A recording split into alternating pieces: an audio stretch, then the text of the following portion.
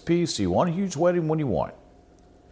Now, a lot of fathers, I'm trying to remember, no, we didn't get this deal. A lot of fathers will say, I have 12, I have 20, I have 50, whatever the dollar matter is. I have 50,000, I have 20,000, I have 25,000, I have $12,000. You can take this and go to just as a piece, or I'll spend it on the wedding. Well, if you ask people our age, what are we going to tell you from an economic standpoint? Take the money, take the money. How many guys would just take the money? Well, most of them, not all. Some guys want this huge wedding. But most guys will be like, let's take the money. Let's go to just a piece. We got this. And then we'll spend some of it on our honeymoon, right? But what is it that you want? I ask people all the time. There's two things I ask people all the time. What do you want? Who are you in Christ? If you can answer those two questions, you can make any decision you'll ever have to make.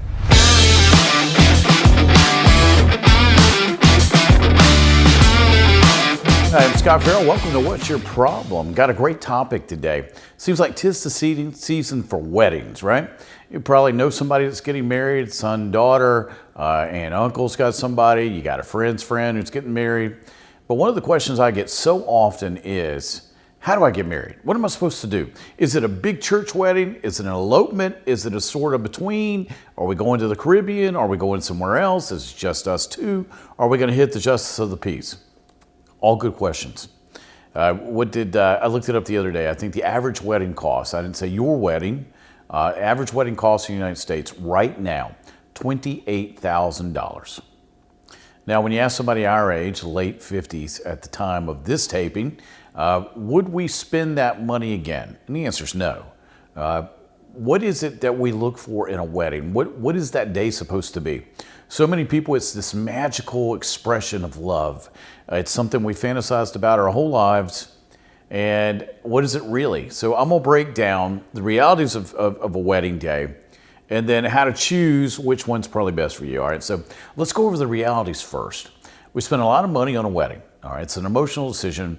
Wedding planners know this. Dressmakers know this. One of the biggest shows in the United States is the bridal show. Why? It's an emotional decision. If you can get somebody spending money emotionally, you can make some money on them. Now, what's marriage for? It's a man and woman getting married. Okay, that's easy. It's for a lifetime. At least that was the objective. However, what's the current rates of divorce is 57%. That's a mixing of all, not first marriages, but a mix of everything. So is it really? So what's this day all about? Well, it's about the bride. You know, if guys were setting up weddings, you'd probably get beans and weenies, pizza, some sodas, guy food, something orange, yellow, red, wings, Cheetos, chips, Doritos. Okay, that's why we don't get to decide. And we would wear whatever we felt like. But the women are always beautiful, beautiful wedding gown, so many things that go into it depending on what socioeconomic sphere you're from. But the gist is it's all about the bride. And I tell guys all the time, weddings about the bride, babies are about the bride. All right, you become irrelevant. But we make it into this magical thing. What is it really? You're extremely tired at the end of the day. And I get this from marrying people, and I got married myself. And you don't get to eat. I'm amazed at how few brides and grooms actually eat. I know at our marriage, I don't think my wife and I ate anything. We cut the cake. We had one piece of that cake because, you know, we fed each other. And that was the last time we ate till 12 o'clock that night. And we're like, we never ate. And I hear that from a lot of couples. When I'm speaking to couples pre-marriage, I tell them to eat. Or I tell them to get somebody to set something aside to eat. But it's a lot of hustle and bustle, making a lot of other people happy, trying to talk to every single person that came to your wedding. It's exhausting, and you normally collapse without sex into bed. Now, there's plenty of time. You got the rest of your life. That was for us, and we were a second marriage, so we had our little boy. He was 7 at the time, and he wanted to swim in the pool at the hotel, so we didn't even drop him back off with his father till his second marriage. With his father till about 11:30 that night. And then we had to get up at 6 a.m. to go on our honeymoon. So I was tired. So the reality and the fantasy and the fairy tale normally don't match. But if we can sell the reality enough, then we can make a lot of money off people. All right, so your wedding day, what should it be? Well, again, since brides are the ones that customarily decide this, I'd say at least 90%. Make it something you want. Do you want to elope? Do you want to go to just a piece? Do you want a huge wedding? What do you want? Now, a lot of fathers, I'm trying to remember, no, we didn't get this deal. A lot of fathers will say, I have 12, I have 20, I have 50, whatever the dollar matter is. I have 50,000, I have 20,000, I have 25,000, I have $12,000. You can take this and go to just as a piece, or I'll spend it on the wedding. Well, if you ask people our age, what are we going to tell you from an economic standpoint? Take the money, take the money. How many guys would just take the money? Well, most of them, not all. Some guys want this huge wedding. But most guys will be like, let's take the money. Let's go to just a piece. We got this. And then we'll spend some of it on our honeymoon, right? But what is it that you want? I ask people all the time. There's two things I ask people all the time. What do you want and who are you in Christ? If you can answer those two questions, you can make any decision you'll ever have to make. But for a wedding, it's such an emotional thing. And it's supposed to be the one thing you do with your partner. Although the average, I think right now in the United States is 2 to 3. 2 divorces, 3 marriages. We know some people that have gone as far as 7. What was Liz Taylor? 8? I can't remember. That's not the design. This is forever, right? I love you, you love me. We're going to make this commitment for the rest of our lives, better or worse. We're just going to get through it. But so many people are getting married now with the wrong commitment to the wrong person, and their philosophy is, it's going to be a great day. Let's party, let's get drunk, let's eat good food, and if it doesn't work out, we'll just go our separate ways. That's a lot of money to spend for rolling the dice. Why don't you just go to Vegas and blow $28,000? I mean, it'd just be easier. So I always ask brides, what do you want? What do you want? Is the money more valuable to you? Are the memories? Is it about the photos? Is it about seeing people you love? Is it about getting things done a certain way that you've imagined since you were a child? Is it about the dress? Is it about the flowers? Is it about the cake? Is it about all of it? It's kind of like prom. You tell guys to know about this. It's about the dress and the shoes. Get it right. Dress, hair, shoes. Same thing about a wedding. Why do we spend so much time getting our hair perfect, makeup perfect, making sure the dress is perfect, you name it? I remember I accidentally picked out my wife's wedding gown. She took me shopping for dresses one time, and I was going, I love that one, and it's going through them. Well, she bought one of them, and she actually wore it for our wedding. I was like, yeah, I'm going to get some of that later. I am married, so I get that as much as I can get it. I think that's also some of the premise. When you walk down the aisle, you want your husband-to-be to go, wow, I am marrying her.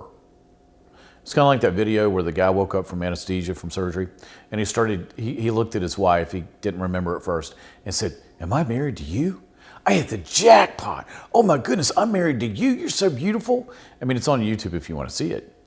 That's the feeling you want to see, right? So now I always tell people pro-con it.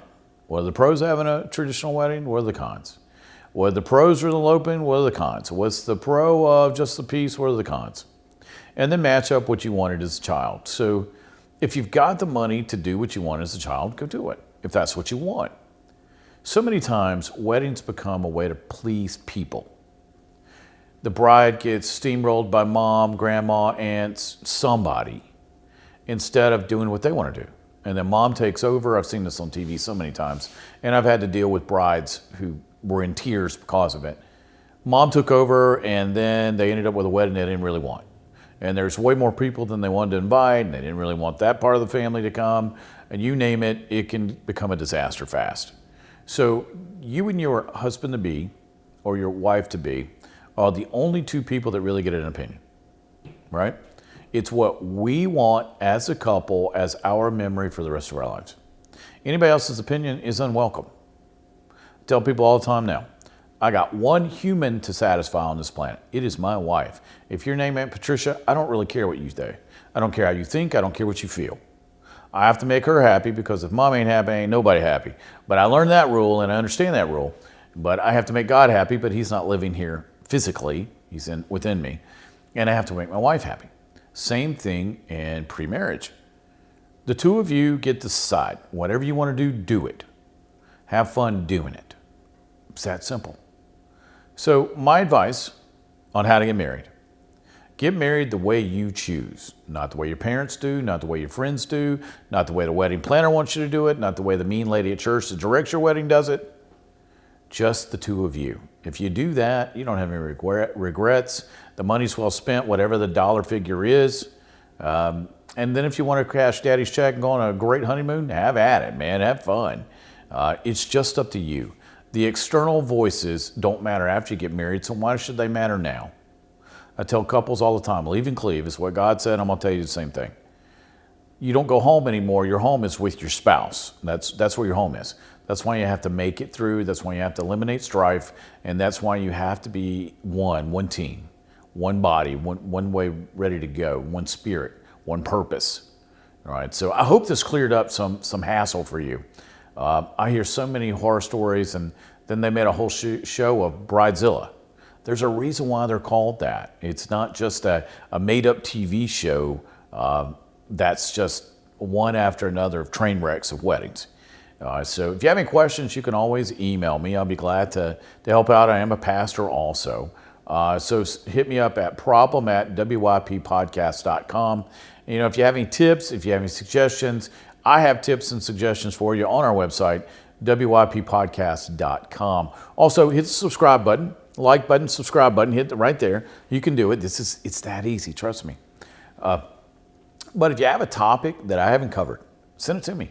I'd be glad to do this. This is a free service for me, just giving advice for fun, trying to help people out. So that website is wyppodcast.com. Now, if you have somebody getting married soon, send this to them. If they're going through the traditional torture of premarital status, send them to them and let them know that, hey, man, they got a voice somewhere that'll listen to them. All right, I'm Scott Farrell. Thanks so much for dropping by today, and I'll see you next time. Take care.